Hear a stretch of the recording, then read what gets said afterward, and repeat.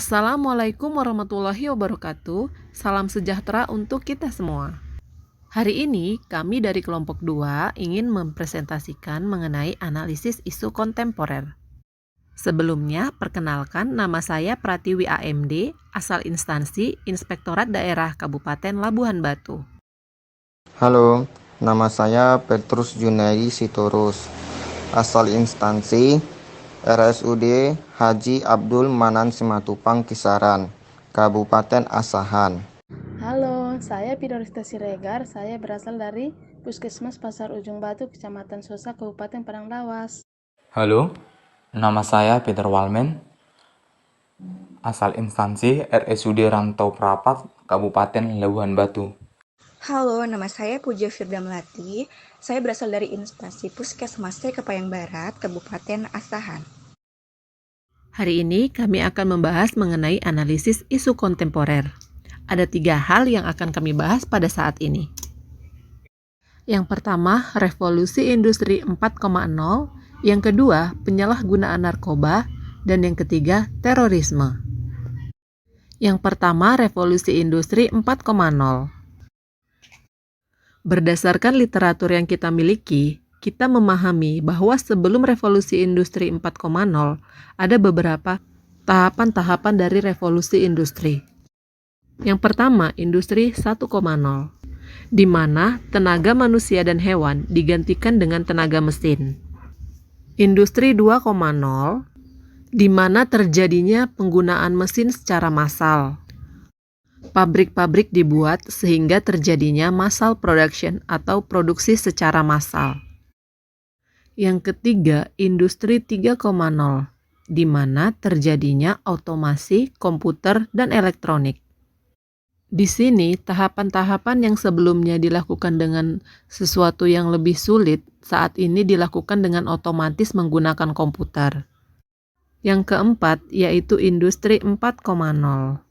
Di mana pada saat industri 4.0 ini menggunakan teknologi yang lebih maju lagi. Kita dapat melakukan pekerjaan dari jarak yang jauh. Dan banyak program-program yang mendukung pekerjaan kita dari jarak jauh. Kita juga memiliki sosial media.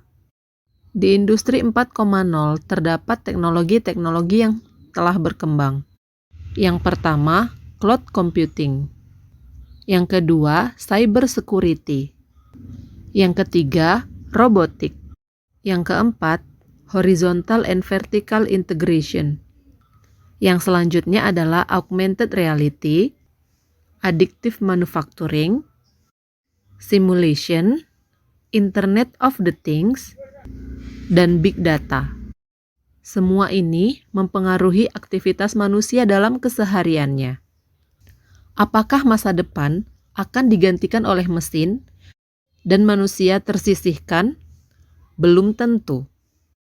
Yang dapat kita siapkan sebagai seorang manusia adalah bagaimana kita menyiapkan human torch, di mana pekerjaan-pekerjaan yang dapat bertahan adalah ketika kita melibatkan emosi ataupun imajinasi dalam setiap aktivitas kita, sehingga kita dapat bertahan walaupun terdapat perubahan-perubahan yang ada. Perubahan tidak dapat kita hindari. Yang perlu kita lakukan adalah mempersiapkan perubahan-perubahan dalam diri kita agar relevan dengan perubahan yang akan datang. Isu yang kedua adalah penyalahgunaan narkoba. Isu kedua ini menjadi penting. Karena apa? Karena ini dekat dengan kehidupan kita. Narkoba adalah singkatan dari narkotika, psikotropika, dan obat-obatan terlarang. Selain narkoba, istilah lain yang diperkenalkan khususnya oleh Kementerian Kesehatan adalah NAPZA, yang merupakan singkatan dari narkotika, psikotropika, dan zat adiktif. Mengapa orang dapat menyalahgunakan narkoba? Yang pertama, ada faktor internal. Faktor internal ini dipengaruhi oleh sifat-sifat manusia yang lemah pada dirinya. Dapat berupa kelemahan iman dan takwa pada dirinya. Atau bisa juga mudah terpengaruh dengan faktor eksternal. Lingkungan yang tidak mendukung dapat mempengaruhi seseorang untuk melakukan penyalahgunaan narkoba. Oleh karena itu, yang patut kita lakukan adalah yang pertama, pengendalian diri, dan yang kedua, mengkondisikan lingkungan. Nah, dengan melakukan pengendalian diri dan mengkondisikan lingkungan, harapannya kita dapat menghindari penyalahgunaan narkoba, terutama bagi lingkungan pegawai negeri sipil. Isu yang ketiga yang menarik adalah terorisme. Terorisme adalah serangan-serangan terkoordinasi yang bertujuan membangkitkan perasaan teror terhadap sekelompok masyarakat. Ketika terjadi teror, maka masyarakat merasa resah. Masyarakat merasa terganggu aktivitasnya. Terorisme banyak jenisnya. Yang pertama adalah separatisme, yaitu keinginan untuk melepaskan diri dari negara Republik Indonesia. Yang kedua, tindak-tindak kejahatan yang dapat meresahkan, pencurian, dan lain-lainnya. Ketika orang-orang ingin mendapatkan keuntungan untuk dirinya saja. Yang keempat, terorisme yang menyudutkan suatu agama tertentu. Kita dapat bertahan dari terorisme ketika kita menjaga Indonesia, menjaga kebinekaan kita, menjaga nilai-nilai yang terdapat di Pancasila.